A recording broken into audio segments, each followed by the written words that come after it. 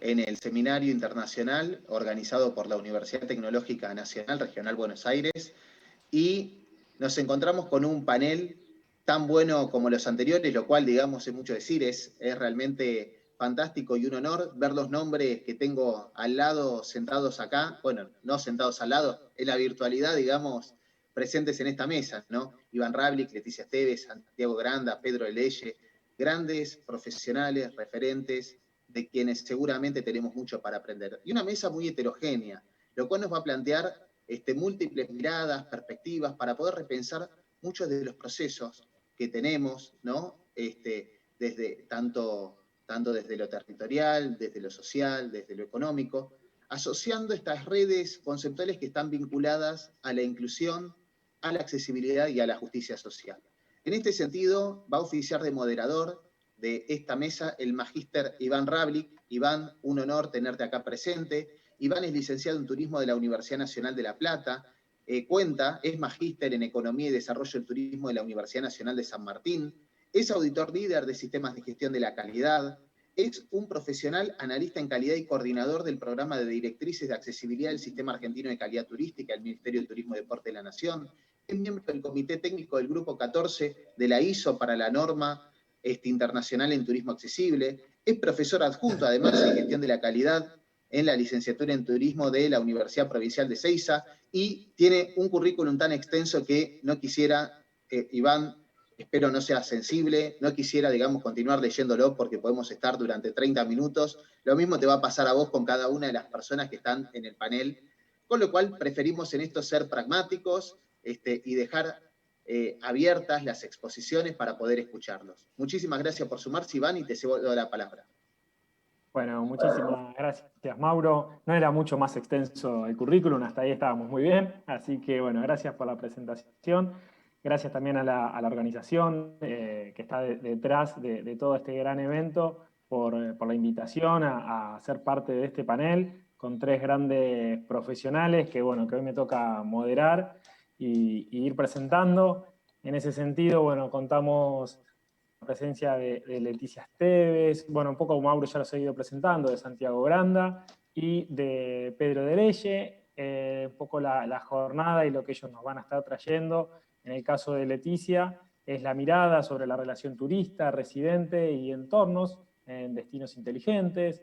Para el caso de Santiago, un análisis sobre la accesibilidad en los hoteles de la ciudad de Loja, de Ecuador.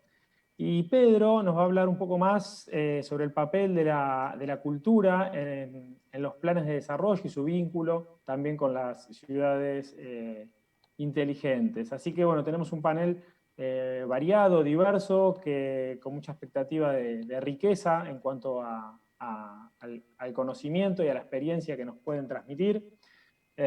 Así que bueno, desde mi parte, ya arrancar y darles la palabra a ellos, que son quienes nos van a estar compartiendo esta gran jornada, sus saberes, sus experiencias y conocimientos.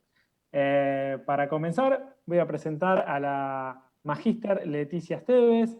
Además, bueno, de conocernos ya hace unos cuantos años con Leticia, comentarles que ella es licenciada en Turismo, egresada de la Universidad de El Salvador, magíster de Desarrollo y Gestión del Turismo de la Universidad de Quilmes.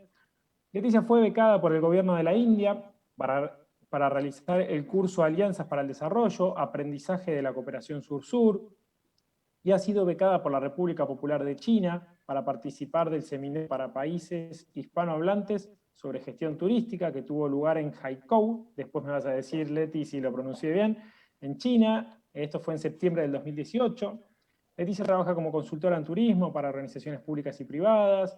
En el ámbito académico se desempeña como docente adjunta, concursada en la Universidad Nacional de Avellaneda, y es miembro fundador del GIET, que es el Grupo de Investigación en Turismo de dicha universidad. Anteriormente ha trabajado como consultora especializada en diversos proyectos, orientados particularmente a la planificación y desarrollo estratégico de destinos y productos turísticos, tanto para organizaciones públicas como privadas, del ámbito nacional e internacional. Así también se ha desempeñado como voluntaria en proyectos de cooperación Sur-Sur a cargo de la Dirección General de Cooperación Internacional del Ministerio de Relaciones Exteriores y Culto de la Argentina. Así que bueno, vamos a aprovechar mucho de esta intervención y agradecerle a Leticia por sumarse, dado bueno, entendemos que hay una gran mirada y un desarrollo abordado durante estos años que va a ser muy, muy rico para escuchar. Leti, todo tuyo. Bueno, Iván, muchísimas gracias por la presentación, gracias a Mauro también, y a todos los organizadores por convocarme. La verdad que para mí es un placer compartir esta mesa.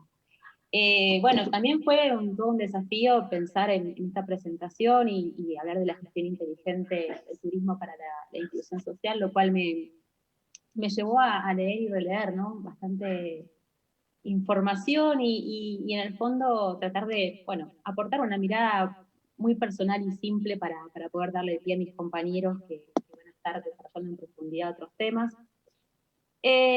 Decidí comenzar mi presentación con esta frase o recordatorio, porque, bueno, al momento de hablar de la gestión inteligente del turismo para la inclusión social, creo que es pertinente recordarlo, sobre todo en el contexto de esta mesa de debate. Los turistas son personas que viajan y que comparten espacios con otras personas, que interactúan con los residentes de un destino, que también son personas y que ambos tienen necesidades y derechos en común.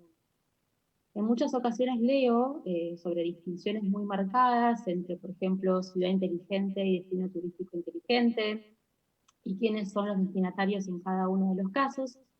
Y en el caso de los destinos turísticos inteligentes, el foco está puesto en el turista, mientras que en las ciudades o entornos inteligentes vemos que el principal beneficiario es la comunidad local o el residente, ¿no?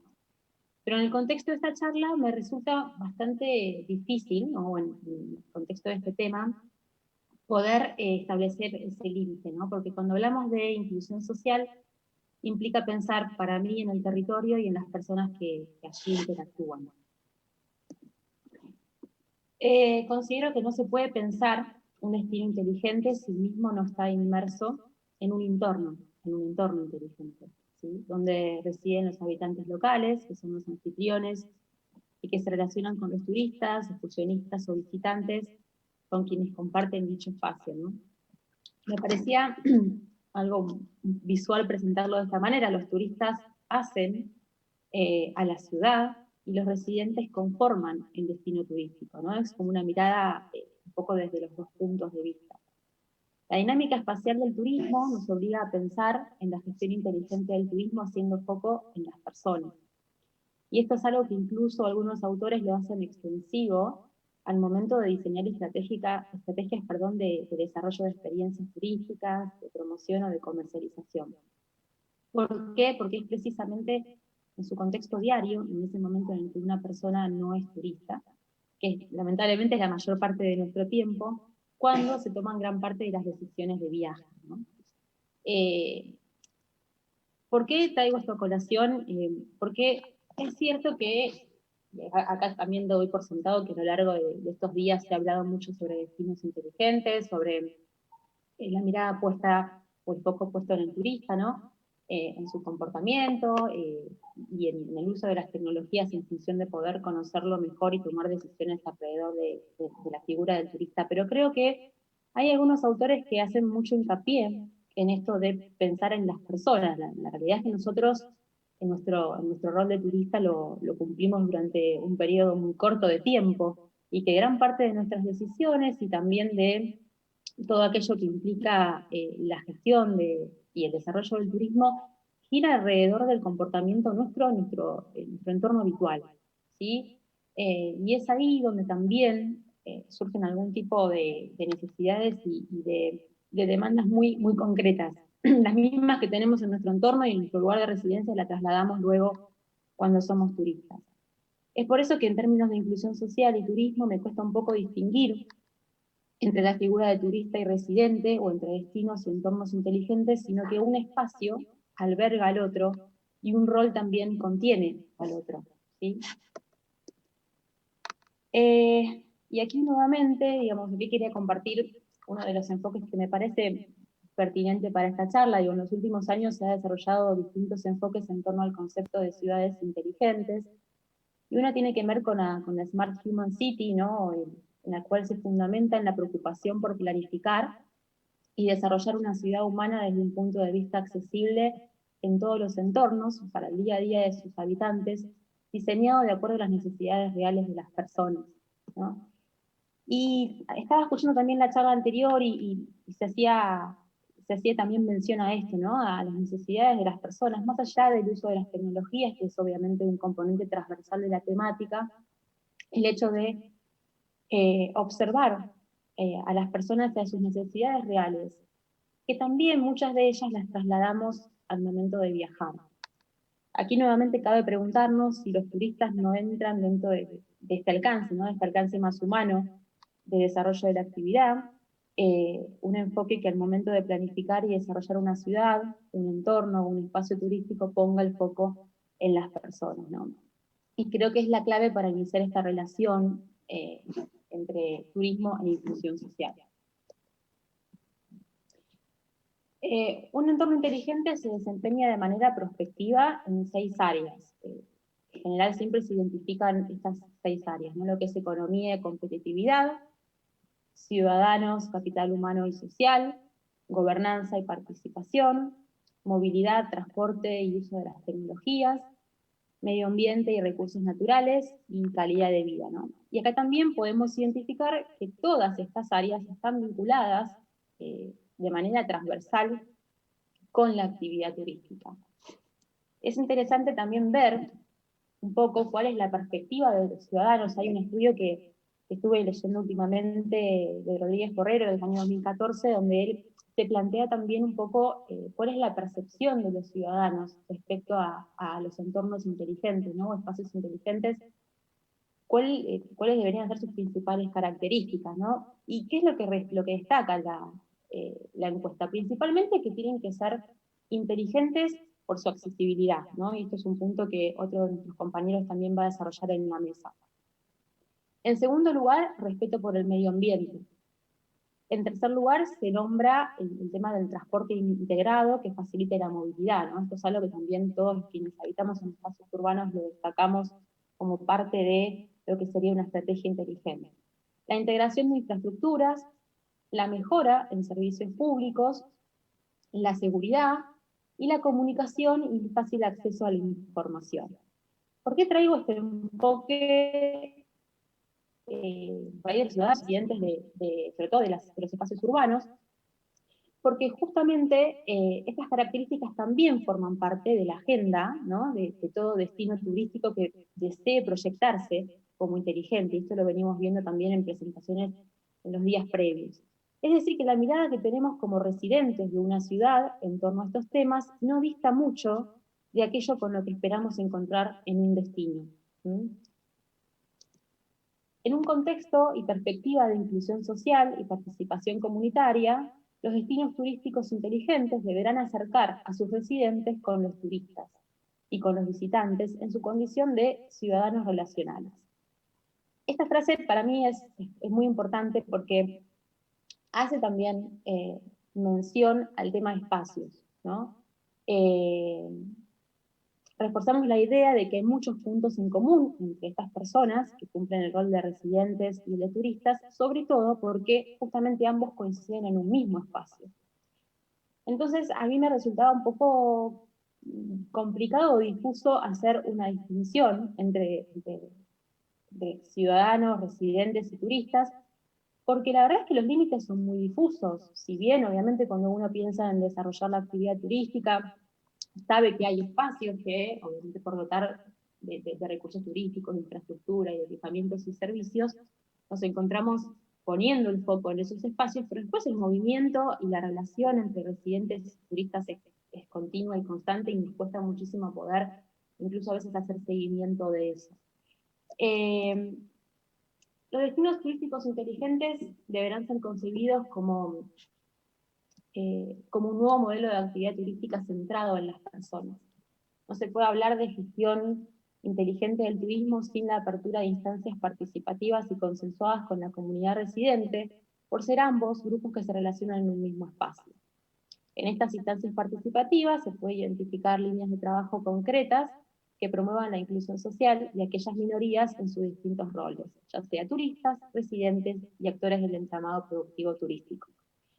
Porque también hablar de inclusión social implica identificar cuáles son aquellas minorías o grupos con los cuales es necesario trabajar, ¿no? Identificar, poder detectar sus necesidades y poder trabajar con ellos. Y obviamente que estas minorías pueden cumplir distintos roles. No hablamos solamente de los turistas, también hablamos de los residentes que se desean integrar a la actividad turística y también de los actores del entramado turístico productivo. Otra de las cuestiones que leo muchas veces en los papers vinculados con destinos turísticos inteligentes, es que justamente muchas de las respuestas que se pretenden brindar a partir de la gestión de un turismo inteligente habitan primero en la idea o en la premisa de brindar soluciones prácticas para quienes habitan en el destino, ¿no? En términos de inclusión social, creo que primero un entorno, una ciudad, se debe pensar de manera inteligente para sus residentes, ¿no? Para quienes viven allí. Y después, en consecuencia, cuando los turistas, los visitantes llegan al lugar, poder integrarse a esos espacios que fueron previamente pensados para la comunidad y para el mejor día de quienes viven allá.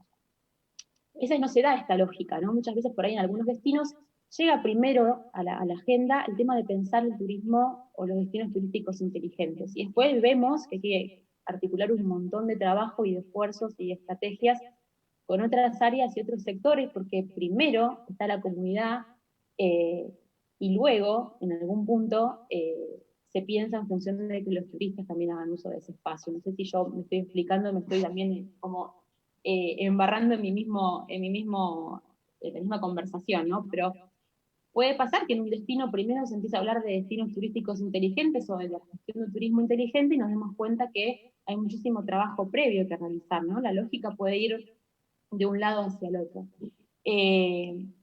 Pero en ese caso, digamos, si pensamos en lo que mencionaba anteriormente de una instancia participativa entre comunidad y gestores del turismo, ¿no? Porque también estas instancias participativas muchas veces se dan entre quienes están desarrollando la actividad turística, los gestores y la comunidad, ¿no? El turista entra en escena por ahí un tiempo después en ese esquema, pero esta gestión inteligente del turismo no me daba vuelta en la cabeza y digo, bueno, con un enfoque hacia la inclusión social, ¿de qué manera nos puede ayudar la actividad turística a repensar esta inclusión social y esta relación entre residente y visitante? En primer lugar, podría ayudar a incorporar en la agenda temas de accesibilidad, porque este repensar o este diálogo con la comunidad muchas veces desde las demandas de la propia comunidad surge y se hacen extensivas hacia lo que un turista puede necesitar en destino en términos de accesibilidad. Por otro lado, puede ser también un puntapié para un análisis en profundidad sobre la relación turista y residente, y aquí hablamos también de una relación respetuosa, de una relación tolerante entre turistas y residentes, y también en una inclusión o una relación que sea amplia y sana entre ambos. Por otro lado, también nos permite ampliar la mirada sobre los espacios de uso turístico y recreativo. Aquí nuevamente, otra vez, digamos, creo que el límite es muy difuso. Nosotros como residentes de una ciudad compartimos, hacemos uso de estos mismos espacios turísticos y recreativos, de un museo, de un parque, de un centro cultural, y también el hecho de una gestión inteligente del turismo y una mirada participativa nos puede ayudar a hacer un uso más piola, más amplio y estratégico de estos mismos espacios. Por otro lado, también puede colaborar en la detección de problemáticas, ¿no? que son comunes dentro del grupo residente o de la comunidad, y que también se pueden hacer extensivas a problemáticas o necesidades que puedan tener los turistas o visitantes. Por otro lado, invita a analizar aspectos de empleabilidad e inclusión en turismo, donde se presentan grandes desafíos, esto en términos de inclusión social y de la inclusión de grupos minoritarios. Colabora en la identificación de nuevas oportunidades de negocios y emprendimientos para la comunidad local. Implica la democratización de la actividad turística, expandiendo la actividad a una mayor cantidad de personas, ¿no? Y también promoviendo la integración. Y permite detectar también impactos negativos que pueda causar la actividad turística, con un especial énfasis en los impactos socioculturales, ¿no? Y para terminar, que me tapa el mismo chat ahí en pantalla, no pueden proyectarse de forma aislada la gestión turística inteligente de la gestión inteligente del espacio. No puede estar centrada únicamente en el rol del turista y deberá estar articulada con desarrollos tecnológicos de otras áreas que también son claves para las personas, como son la seguridad, la sanidad, etc. ¿no? Hoy lo vemos por ahí con un poco de claridad este tema, a puerta, ¿no? de lo que es una nueva temporada de verano y de evaluar justamente las condiciones sanitarias y la manera en la que van a convivir turistas y residentes ante una situación de pandemia, ¿no? Y muchos destinos se han visto también en jaque ante esta situación de pensar prioridades, de pensar quiénes son los beneficiarios, ¿no? de sus políticas públicas y darse cuenta que, bueno, al momento de que lleguen los turistas, en definitiva, no hay diferencia entre turista y residente, sino que estamos hablando de personas, ¿no? Así que bien, esa era un poco mi aporte de apertura y de iniciación para el resto de mis compañeros de mesa. Gracias por escucharme y por la invitación. Bueno, muchísimas gracias, Leti. La verdad que nos dejás un montón justamente de interrogantes para contemplar, ¿no? En todas estas metodologías y demás que consideran justamente la inteligencia turística, en qué medida los destinos pueden ser justamente también más o menos inclusivos, cuántas variables, ¿no? A tener en cuenta desde las distintas minorías, ¿no? Y si contemplamos a personas migrantes, bueno, diversidades sexuales, bueno, el tema de accesibilidad y temas de discapacidades que quizás está un poco más claro, pero bueno, me parece que es un gran tema para quizás mirar en unos años, ver qué respuesta se ha encontrado desde los destinos turísticos inteligentes a la inclusión social. Así Y también, que... perdón, en cuestiones de género, ¿no? Que también este es otro grupo de minoría que también creo que es tema de agenda, sobre todo en este último tiempo.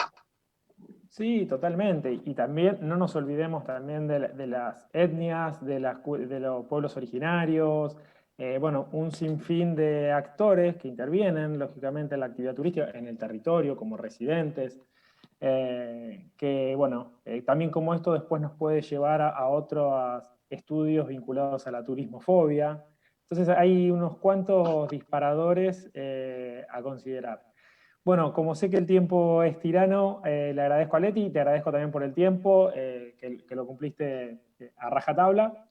Le vamos a dar el paso a Santiago Granda Maldonado. Santiago es de nacionalidad ecuatoriana, de formación académica, ingeniero en Administración Turística por la Universidad Nacional de Loja. Es magíster en Economía y Desarrollo del Turismo por la Universidad Nacional de San Martín, de aquí de Argentina, y actualmente se desempeña como consultor de turismo accesible en Ecuador. Un poco les adelantaba la charla de Santiago, que va a estar orientada al análisis de la accesibilidad en los hoteles de la ciudad de Loja, Ecuador. Así que, bueno, Santiago, bienvenido y lo dejamos todo en tus manos. Bueno, muchas gracias, estimado Iván. Reciban, primero voy a compartir la pantalla.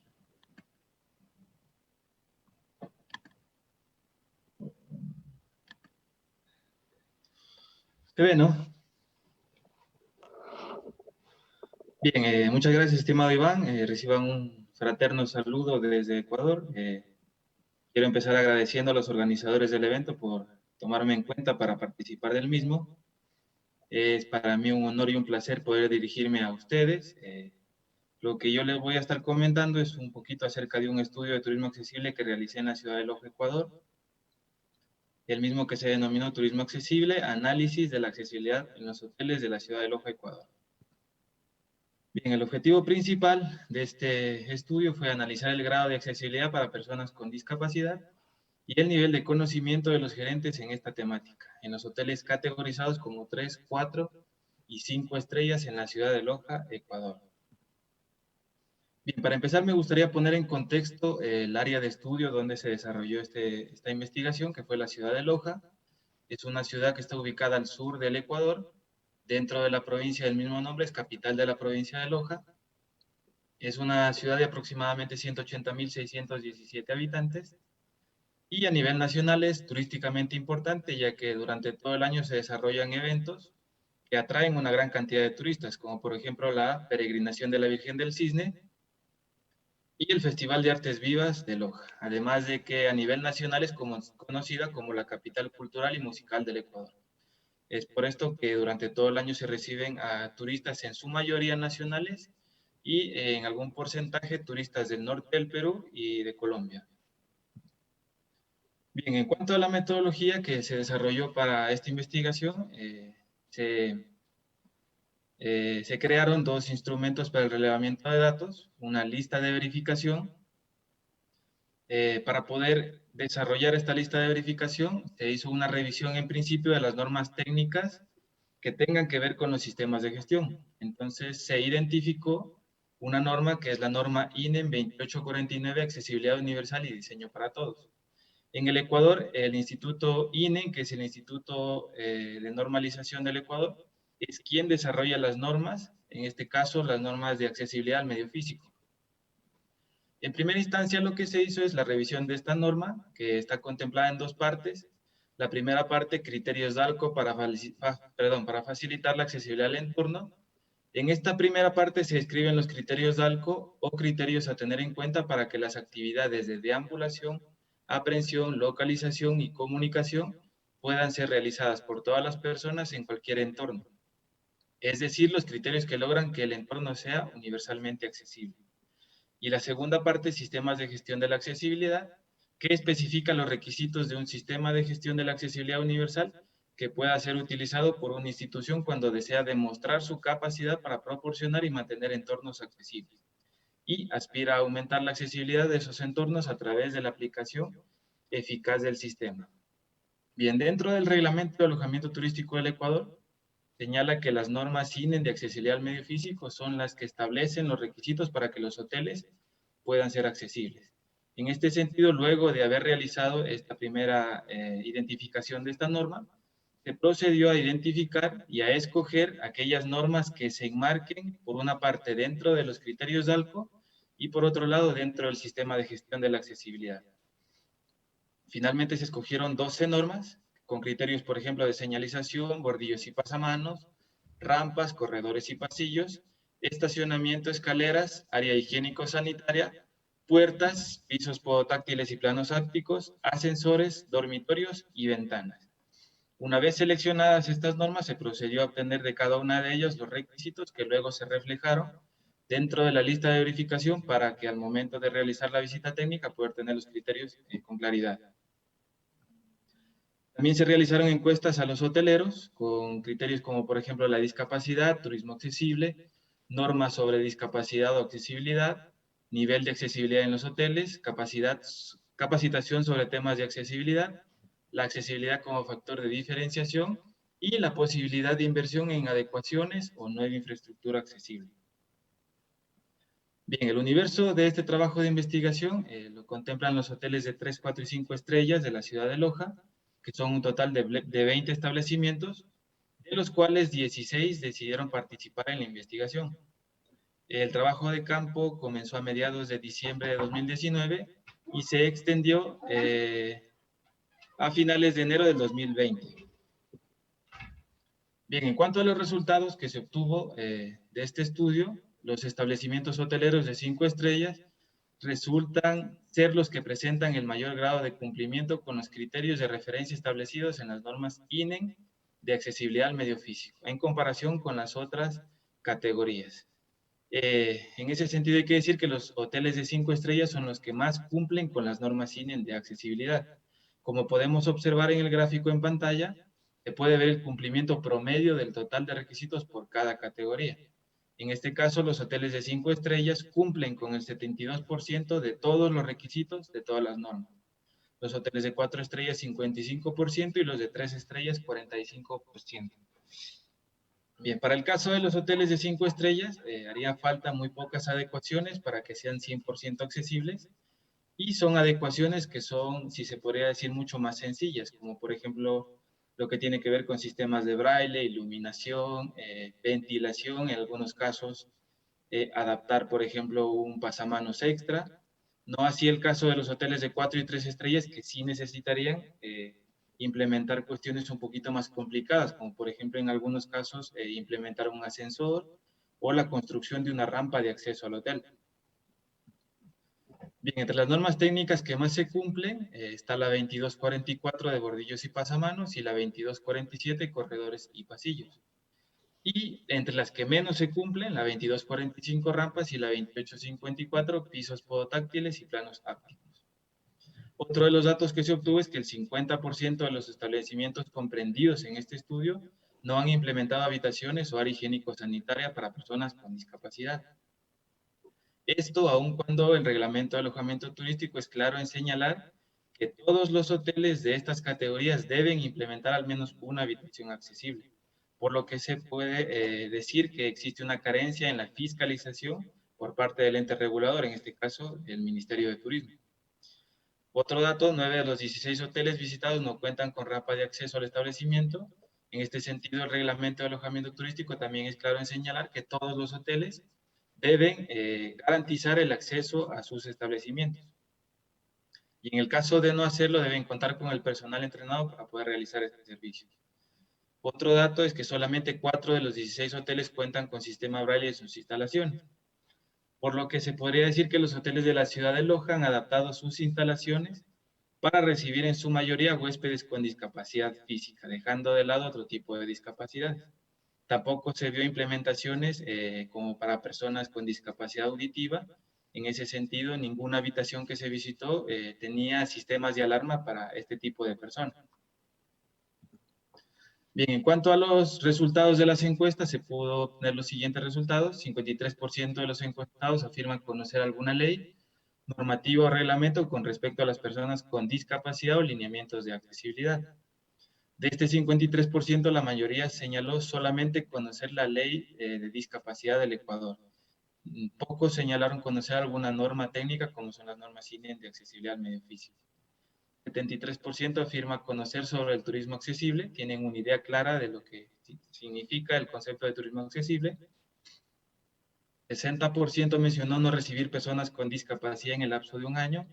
Este es un dato interesante para analizar, ya que por dicho de los propios hoteleros, el mercado de turismo accesible para la ciudad de Loja es relativamente bajo.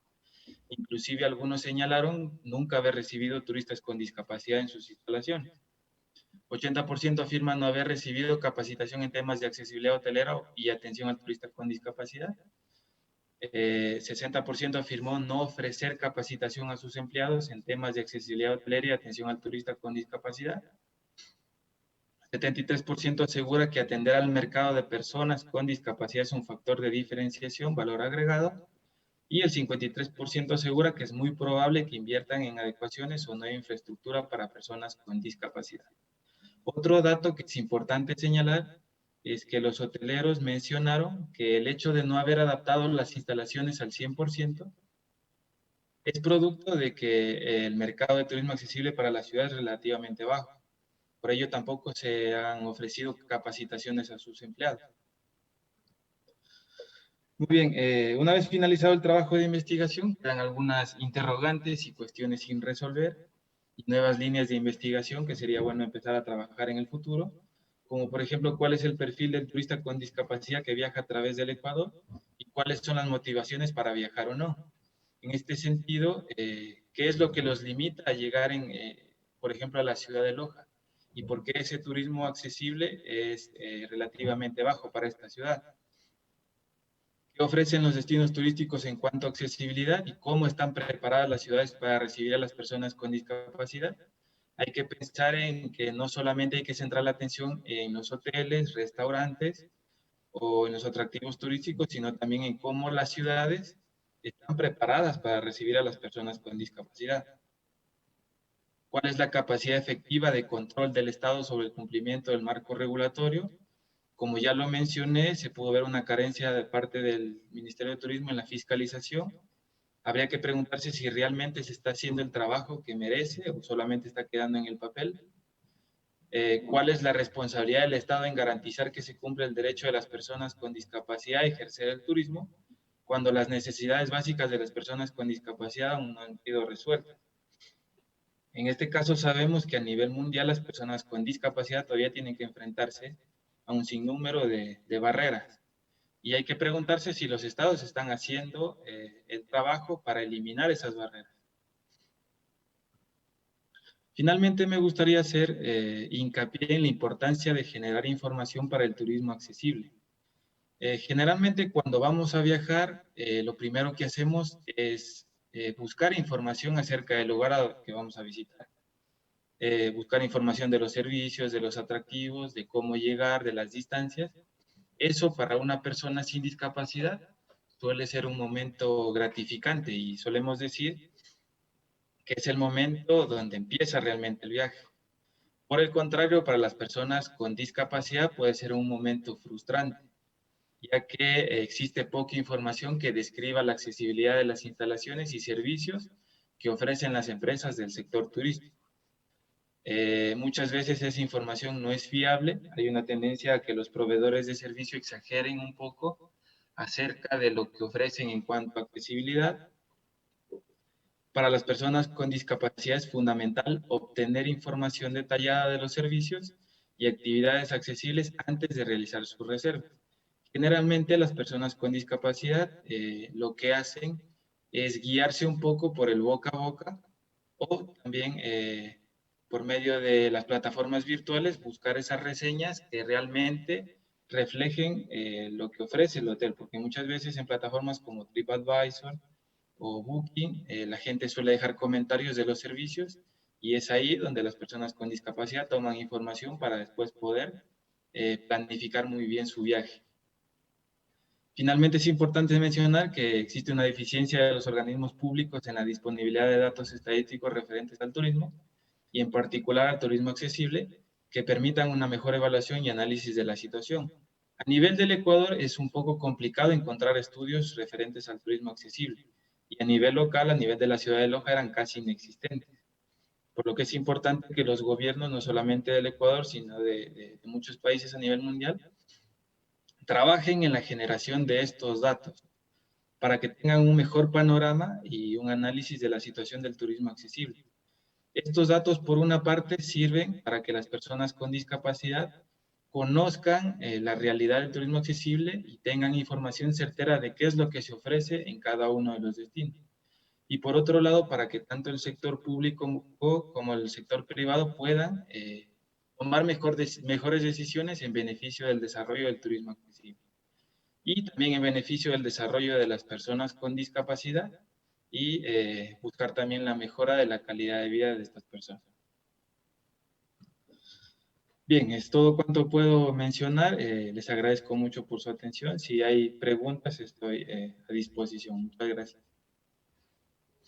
Bueno, muchísimas gracias, Santiago. La verdad que, bueno, felicitaciones por el trabajo de investigación, que también lo iba linkeando mientras lo exponías con la presentación anterior, ¿no? de Leticia, en relación al vínculo entre residentes y turistas y cómo, si pensamos en alojamientos accesibles, cómo se debe pensar también en todo un entorno, cómo se debe pensar en las distintas infraestructuras, espacios urbanos, transportes, y esto queda muy a las claras en relación al tema de accesibilidad cuando juntamos al turista y al residente.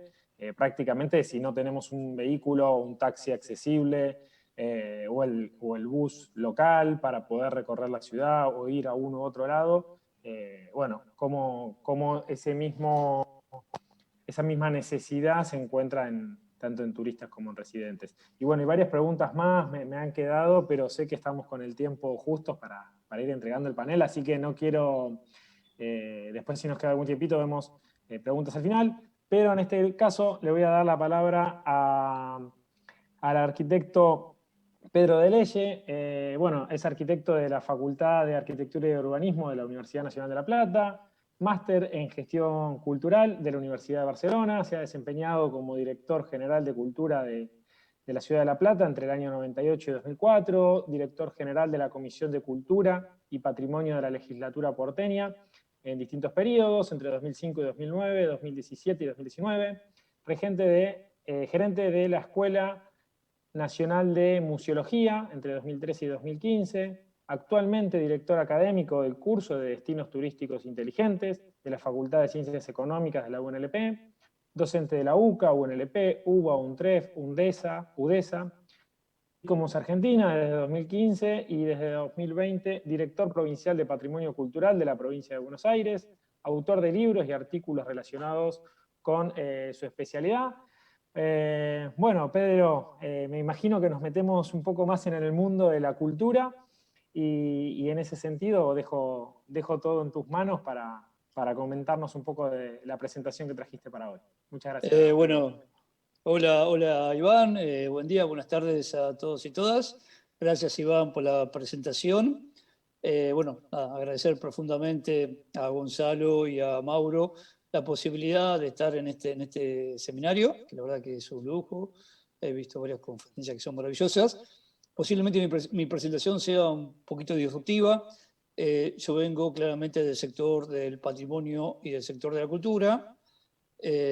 Por eso el nombre de la disertación le puse como el rol de la cultura y el patrimonio cultural en los planes de desarrollo sostenibles y su vínculo con los entornos y espacios inteligentes. Sé que tenemos poco tiempito, así que voy a empezar. Quería comentar solamente que voy a hacer mención a algunos documentos internacionales, que después, Iván, si querés, te los paso por si alguno los quiere linkear y los quiere estudiar un poquito. Bueno, básicamente en las últimas décadas la cultura ha redefinido su papel frente a la economía y frente al desarrollo. Ya no existe ninguna duda sobre la importancia de la cultura en los planes de desarrollo humano y sostenible, de su capacidad para lograr procesos de cohesión social, de su relevante papel en la promoción de la diversidad cultural o en la integración de las comunidades minoritarias o vulneradas. El rol de la cultura es clave en los procesos de igualdad de género y también muy importante y vital su compromiso con los derechos humanos. Hoy el abordaje del patrimonio es totalmente distinto al que existía hace años y su temática se ha modificado claramente. La cultura puede entonces tener un papel decisivo en el momento de adoptar iniciativas económicas, sociales o urbanas, los cuales tienen muchas más posibilidades de avanzar si se contempla la perspectiva cultural como respuesta a las aspiraciones o inquietudes de la comunidad. En realidad voy a empezar a hacer como un breve recorrido por el escenario histórico mundial y por los distintos documentos emitidos por los organismos de cooperación internacional, donde se establece claramente cómo se han imbricado estos conceptos de desarrollo y de cultura. En los años 60, los organismos de cooperación internacional comienzan a asumir el compromiso de integrar las políticas culturales a las estrategias de desarrollo, y la cultura va conformándose entonces no ya como una dimensión accesoria al desarrollo humano, sino como una parte intrínseca en la sociedad y a integrar el concepto de desarrollo humano en los planes de desarrollo. En 1966, la UNESCO aprueba un texto maravilloso, que los invito a que lo lean, que se llama la Declaración de los Principios de la Declaración de Cooperación Internacional, que proclama por primera vez que toda cultura tiene una dignidad y un valor que deben ser respetados y protegidos, y que todo pueblo tiene el derecho y el deber de desarrollar su propia cultura. Esta declaración para nosotros es muy importante porque modifica lo establecido en el año 1948 en la Declaración Universal de Derechos Humanos, donde habla del acceso individual a la cultura. Acá estamos hablando por primera vez de los derechos colectivos, el derecho de las culturas y el derecho de los pueblos a proteger sus culturas. En la década del 70, asimismo, y en la década del 80, también a instancia de la UNESCO, se realizaron una serie de reuniones en distintas ciudades del mundo destinadas a reflexionar y debatir sobre cómo podrían integrarse las políticas culturales en las estrategias de desarrollo. Perdón que voy un poco rápido, pero sé que el tiempo es tirano, Iván. Finalmente, la conferencia mundial sobre políticas culturales, que es la que nosotros denominamos Mondiacult, que se celebra en México en el año 1982, aprueba la definición de la cultura. Bueno, podría quedar esta definición un poco antigua, pero en ese momento fue un gran avance, y se estableció un vínculo estrecho entre cultura y desarrollo. afirmando entonces que solo puede asegurarse un desarrollo equilibrado mediante la integración de los factores culturales en la estrategia para alcanzar. Asimismo, en 1967 se redacta lo que se conoce como el Informe Brundtland, fruto de los trabajos de la Comisión de Medio Ambiente y Desarrollo de las Naciones Unidas. Este documento planteó que el desarrollo sostenible es aquel que satisface las necesidades del presente sin comprometer las capacidades de las generaciones futuras para satisfacer sus propias necesidades. Definición que también es asumida en la Conferencia de las Naciones Unidas sobre Medio Ambiente y Desarrollo, celebrada en Río, la famosa Conferencia de Declaración de Río 1992, cuando establece que el desarrollo es aquel que satisface las necesidades de las generaciones presentes sin comprender las posibilidades de las del futuro para atender sus propias necesidades. Visión que fue ratificada en las posteriores conferencias celebradas en Johannesburgo en el 2002 y en Río de Janeiro en 2012. Perspectiva que a los sectores de cultura, por lo menos para mí, Iván, nos parecieron siempre incompletas. Esta definición se fundamentó básicamente en las tres dimensiones conocidas: crecimiento económico, inclusión social y equilibrio medioambiental, pero ignoraba la cultura como un elemento vital del desarrollo, como un pilar del desarrollo. Desde entonces, distintas instituciones, como del mundo académico, cuestionaron la parcialidad de dicha enunciación, aseverando que el crecimiento económico, la inclusión social y el equilibrio medioambiental ya no reflejan todas las dimensiones de la sociedad, y propusieron añadir la dimensión cultural de las políticas orientadas al desarrollo sostenible. En 1997 se publica el famoso Informe Mundial de Cultura y Desarrollo, Nuestra Diversidad Creativa, que plantea un cambio radical en las visiones sobre el desarrollo. Parte de este texto, que ahí creo que lo tengo, ¿no? Espera que tengo que sí, está ahí. Tengo que ver el texto con las diapositivas. Un desarrollo disociado de su contexto humano y cultural es un crecimiento sin alma, dice Nuestra Diversidad Creativa. La cultura, por importante que sea como instrumento del desarrollo, no puede ser relegada a una función subsidiaria de simple promotora del crecimiento económico. El papel de la cultura no se reduce a ser un medio para alcanzar fines, sino que constituye la base social de los mismos fines. El desarrollo y la economía forman parte de la cultura de los pueblos. Postura que retoma una institución que es muy señera, que es Ciudades y Gobiernos Locales Unidos, la CGLU. La CGLU, la que redacta a principios de 2000 el famoso documento La Agenda 21 de la Cultura, que aprobó en 2010 el documento La cultura es el cuarto pilar del desarrollo sostenible en el marco de la Cumbre Mundial de Líderes y... perdón, tengo que ir siempre de acuerdo con las diapositivas. En el marco de la Cumbre Mundial de Líderes Locales y Regionales. Celebrado también curiosamente, en la Ciudad de México. El documento que emitió la CGLU en su momento, de 2010, que ya cumple 20 años, es un texto de incidencia que promueve que la cultura se convierta en un pilar o dimensión específica de desarrollo sostenible, totalmente interconectado con los otros tres y tan importante como cada uno de ellos.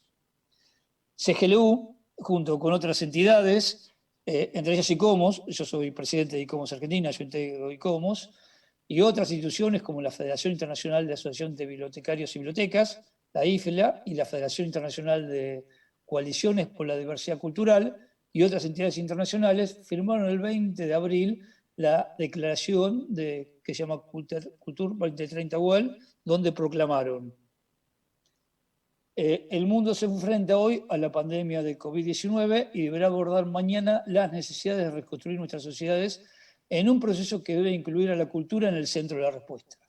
La cultura es fuente de inspiración, consuelo y esperanza en la vida de las personas.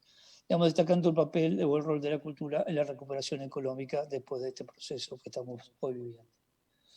No obstante, y en esto también tengo que ser honor a la verdad, los ODS no incorporaron como objetivo específico a la cultura, a pesar de las diferentes propuestas a favor de su inclusión. La resolución de las Naciones Unidas, Transformar nuestro mundo, la Agenda 2030 para el Desarrollo Sostenible, no contempló en el año 2015 la cultura en sus objetivos y lo hizo tímidamente en algunos de sus metas. es difícil entender que la cultura no merezca un papel más destacado en los ODS. El sector vinculado a la cultura, esto lo vimos como una gran pena. Por otro lado, y para ir acercándome a los temas que nos convocan, el concepto de ciudades inteligentes, ese término que nos une en este increíble seminario, se encuentra en pleno desarrollo de formulación. Se está empezando a comprender por parte de los gestores y las gestoras de las ciudades la importancia de incorporar las nuevas tecnologías a sus territorios. Las ciudades inteligentes están habilitando nuevas formas de articulación del espacio urbano y nuevos modelos de organización social a partir de la creación y el desarrollo de servicios más personalizados en diversos ámbitos mediante el uso de las TIC. Sin embargo, y acá lo consultaba con Mauro, porque estoy en el marco de una serie de especialistas vinculados a destinos inteligentes, entonces pongo la palabra de un investigador que leí un artículo que me pareció muy interesante. Sin embargo, y tomando como referencia un artículo publicado por Fernando Bonete Vizcaíno, probablemente la cultura sea la gran olvidada de las Smart Cities.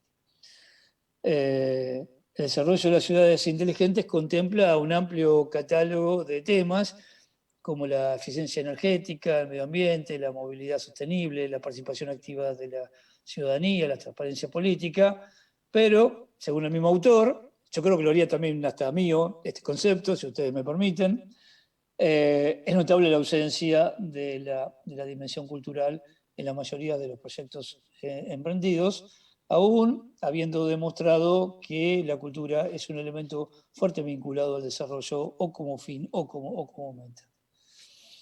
Es por ello que los sectores de la cultura y el patrimonio, que constituyen los pilares identitarios de una ciudad, deben o deberían desarrollar aplicaciones y estimular el correcto uso de las TIC para mejorar la participación de los creadores, de los artistas, los gestores, volviendo probablemente más accesibles los museos, los archivos, las bibliotecas, los teatros, los centros culturales, mejorando también la experiencia cultural de los visitantes, del público, de los trabajadores y de los creadores. Esto posiblemente sea un tema que deberíamos discutir o deberíamos reflexionar sobre si el sector de la cultura, el sector de los patrimonios, está debidamente contemplado entre los proyectos vinculados a los entornos inteligentes. Con el aprovechamiento responsable de las TIC y una aplicación creativa e innovadora, la cultura y el patrimonio, sin lugar a dudas, son capaces de generar ingresos y empleos y mejorar la inclusión, la participación, la accesibilidad y, como dijimos anteriormente, también favorecer la experiencia tanto personal como colectiva. Iván, ¿cómo voy con el tiempo? ¿Estoy muy cortito? 3 minutitos más. Listo, termino bien. Esto nos llega a reflexionar también, porque yo también me he convertido dentro del sector cultural en un especialista en temas del patrimonio cultural, sobre el papel del patrimonio cultural en las políticas de desarrollo del turismo de proximidad. Y el papel que cumple el patrimonio en la dinamización de la economía y, por supuesto, en los planes de desarrollo turísticos, y las posibilidades que puedan brindar las TIC a un sector el patrimonio cultural, que le falta músculo y que le falta ciencia. En la actualidad, los límites del patrimonio cultural se han ampliado, son cada vez más amplios. Del viejo monumento histórico de la década del 40, asociado exclusivamente a las expresiones de la alta cultura y los hechos significativos de la historia oficial, al concepto moderno, contemporáneo, que es patrimonio cultural, que por otro lado lo estamos interpelando por ser excesivamente masculino, vinculado con el territorio, con la comunidad, con el desarrollo, existe lo que nosotros denominamos la inflación patrimonial. El catálogo de bienes protegidos hoy considera necesario la protección de barrios enteros y de cascos históricos enteros. De la lista de la década del 40, digamos que el monumento era una serie de bienes vinculados a la historia oficial, al concepto contemporáneo de patrimonio. Voy a decirlo por primera vez, voy a utilizar otro término, patrimonio, para sacarlo de ese lugar tan masculinizante.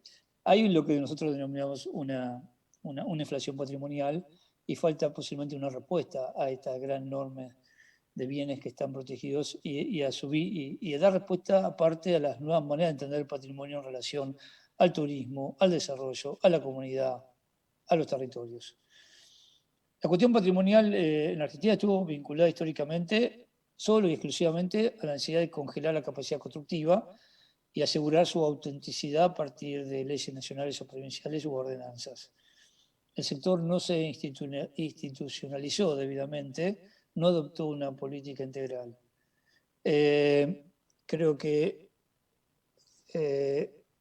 esto por ahí lo ha mencionado Mauro en algún momento, casi como un hecho inédito, en la provincia de Buenos Aires, las áreas de patrimonio y las áreas de cultura están trabajando conjuntamente, cosa que no fue posible durante los últimos 30 años. Estamos elaborando conjuntamente lo que se llama el referencial para gestión turística del patrimonio cultural, que es lo que hacemos, o lo que intentamos hacer a partir de un documento que lo vamos a poner a consideración de especialistas de distintas universidades y de las propias comunidades, cómo unir los desarrollos turísticos con los desarrollos patrimoniales. Situación que, vuelvo a decir, que es inédita, que es producto del trabajo que estamos elaborando en función de que estamos en el mismo ministerio, y que también nos sirve a nosotros como una fórmula, por lo menos a los sectores patrimoniales, de generar una política vinculada al turismo, una política sostenible. Muchas veces los ámbitos patrimoniales hemos sido críticas de las maneras en que se desarrollaron las políticas turísticas en el Estado, excesivamente vinculadas a los prestadores de servicio, a los hoteleros, a los agentes de viajes, a los gastronómicos, y muy desapegada de todo lo que es el cuidado del medio ambiente, el cuidado del patrimonio, la participación de la comunidad y el desarrollo sostenible. Estos son buenos momentos para unir estos procesos y nos parece que los desarrollos tecnológicos nos pueden llegar a apuntalar toda esta iniciativa en común que estamos elaborando. Finalmente, he nombrado una chorrera de documentos internacionales que los pongo a consideración. La síntesis de esta charla está demostrado que la cultura es un pilar de desarrollo, a pesar de no estar dentro de los objetivos de los ODS. Es necesario generar músculo al sector de cultura y al sector del patrimonio, músculo y ciencia, y es importante que los entornos y los destinos inteligentes contemplen a este sector que es clave en el desarrollo sostenible y humano. Bueno, espero no haberme extendido demasiado. Muchas gracias a todos y a todas por su atención. Bueno, Pedro, fantástico. Así fui. Muchísimas gracias. No, pero se llegó bien con los tiempos. En ese sentido, los felicito a los tres por haber cumplido a rajatabla y sobre todo poder transmitir tanto conocimiento, tanto contenido que sabemos que no es difícil. Y por eso es interesante a veces cómo nos dejan reflexionando, ¿no? Con tantas cuestiones que quizás hoy en día no tenemos una respuesta, pero sí la invitación a reflexionar, sobre todo este tema de la cultura dentro de la agenda de los ODS, como otro tipo de agendas, la interseccionalidad de diversos temas que de alguna forma todos confluyen, ¿no? hacia la inclusión, que es lo que hoy nos convoca, nos reúne esta temática, cómo necesitamos pensar en el acceso a la educación, al trabajo, a la salud y a muchas otras cuestiones para luego poder revalorizar, conocer. Si no conocemos, difícilmente podamos cuidar lo que desconocemos. La capacitación, algo que Santiago también había dejado ahí entre líneas en relación a la necesidad de tener más información y conocimiento sobre las distintas demandas turísticas, sobre las normativas. O sea, dejar de ser segmentos que trabajan de manera aislada, sino también retomando esto que decía Pedro, de comenzar a tener un trabajo entre áreas, interdisciplinario, con una coordinación, objetivos en común, que me parece que eso es lo que nos va a ir llevando y de alguna manera vienen planteando los destinos turísticos inteligentes, esa mirada global, que bueno, hoy hasta aquí nos ha traído. No sé, Mauro, me parece estuve siguiendo un poco el chat en la plataforma, bueno, saludos, felicitaciones, agradecimientos. No sé si tenemos alguna preguntita, porque sé que tenemos que en breve estar entregando el panel. Totalmente, no, simplemente agradecerles, Iván. Realmente fue un panel muy bueno, nos dejan para la reflexión. Además, las perspectivas que tuvo cada uno son complementarias, diversas, y creo que este es un valor importante que buscábamos en el seminario y que creo que estamos logrando.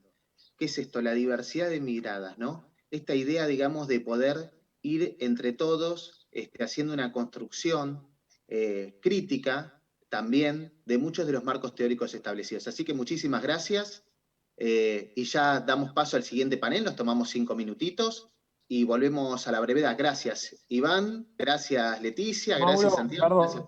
te interrumpo, una última invitación a quienes estén del otro lado, que tenemos también el eje de accesibilidad en las conferencias que están por la tarde, para quienes quieran seguir profundizando con esta temática. Así que bueno, de mi parte agradezco a los disertantes y bueno, a vos Mauro para que te termines de redondear el cierre.